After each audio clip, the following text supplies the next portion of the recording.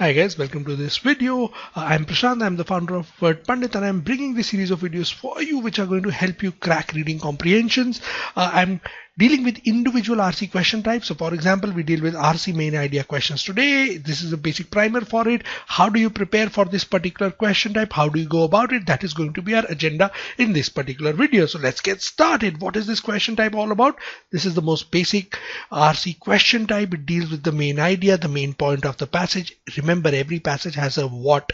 You need to identify the what of the passage here. What is it that is being talked about in the passage? That is your main idea. You can be asked the main idea, the central point, the main point, the gist of the passage, the summary of the passage. All of these refer to the RC main idea. Now, how do you deal with this question type? Step number one, you ask yourself, what is the subject here? So for example, the one central thing around which the passage is revolving is, it might be coronavirus. The coronavirus becomes the subject of the passage. It is the thing which is being talked about. It is the one constant and broad theme around which the passage would revolve.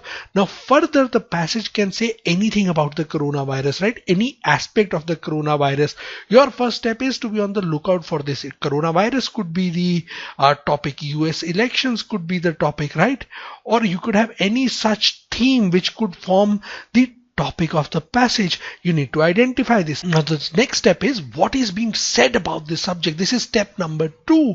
Now you make a mental note of what is being talked about the subject or subject text. The author is saying why. So for example, with respect to coronavirus, there are different aspects of the coronavirus which could be talked about. You could talk about the impact of coronavirus on mental health, or its economic impact, or the impact of coronavirus on a particular sector. So for example, on the retail sector, right, or on construction activities, so on and so forth, or the rural urban divide with respect to the coronavirus. So there could be any such aspects of the coronavirus which are being dealt with, and your job is to paraphrase this in your own words. So for example, you're going to say that this particular passage is about the mental impact of coronavirus and what kind of an impact has work from home had on individuals, how have their habits transformed, etc., etc. So this is what the passage is about. Now you form this in your own words. You paraphrase the answer option. So before you've actually looked at the answer options, you've already produced an answer option in your mind. Now once you've done that, you correlate it with the actual answer options, your paraphrased answer, you connect it with the answer choices, and you try to eliminate using this method, right? So once you know that this is what the passage is about, remember the other way of solving this question is, you go through the question and then you identify the options A, B, C, D, you read them and you get a feeling, oh, D feels like the answer. Now whenever you do this, you might make a mistake. When you go through the paraphrase route, what happens is, you've already summarized what the passage is about, and if you've already summarized that, you've understood that this is the primary concern of the passage and this should be present in the main idea. Now, there are common errors which these questions commit. One of those is scope trap. So for example, the passage might be about something very, very particular, and the answer option might sound true, but it might change the scope of the passage. Generally, this is done by changing or altering the subject of the passage, right? Or another common mistake in this question type is where you pick up one detail from the passage. It might be an important detail and you quote it as an answer option. Since you've read that detail, you feel, oh, I read this, so this is the answer choice. Please be careful. The main idea has to encapsulate the whole passage, and that is what your purpose should be with respect to these questions. That is what you should be doing.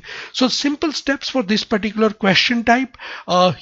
First, what do? You go through the passage, you read the passage, you identify the subject of the passage, then you paraphrase your answer option, and then you correlate it with the answer choices.